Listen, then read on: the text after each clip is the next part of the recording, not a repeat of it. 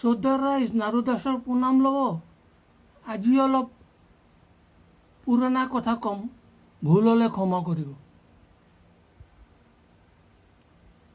দাপৰ যুগৰ শেষ ভাগত দাপৰ যুগৰ ল'ৰা ভৰত নামৰ ল'ৰা এজন আহি ভাৰতবৰ্ষখন ৰাজত্ব কৰি আছিলে।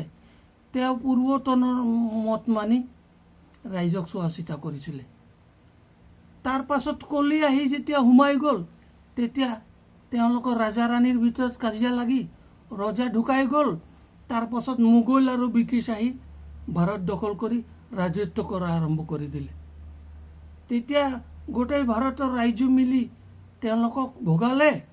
তাৰ পাছত ইলেকশ্যন পাতি ৰজা বনালে।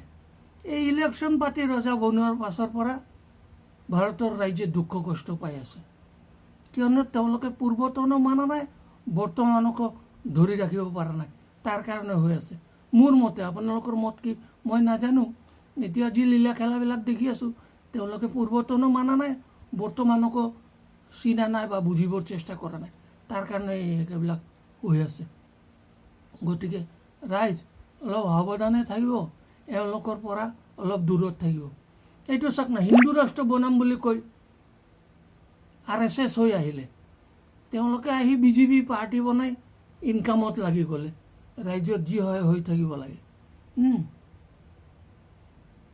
এই কৰি কৰি কৰি কৰি বহুতক দিব্যাংগ বনালে, ফকীৰ বনালে, ভিকাৰী বনালে। অৱশ্যে ফকীৰ শব্দটো আমাৰ নহয়, এই তেওঁলোকৰ গুজৰাটৰ মানুহে হয়।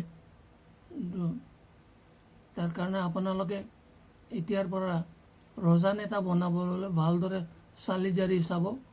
মইতো 3 পুৰুষৰ কথা ক'লোঁ, আপোনালোকে 2-3 পুৰুষ ভালদৰে বাছি ল'ব। এই নিবেদনটো স্বীকাৰ কৰিব। আজিৰ ভিডিঅ'টো ইয়াতে সমাপ্ত কৰিলোঁ। নাৰু দাসৰ প্ৰণাম ল'ব আৰু প্ৰণাম।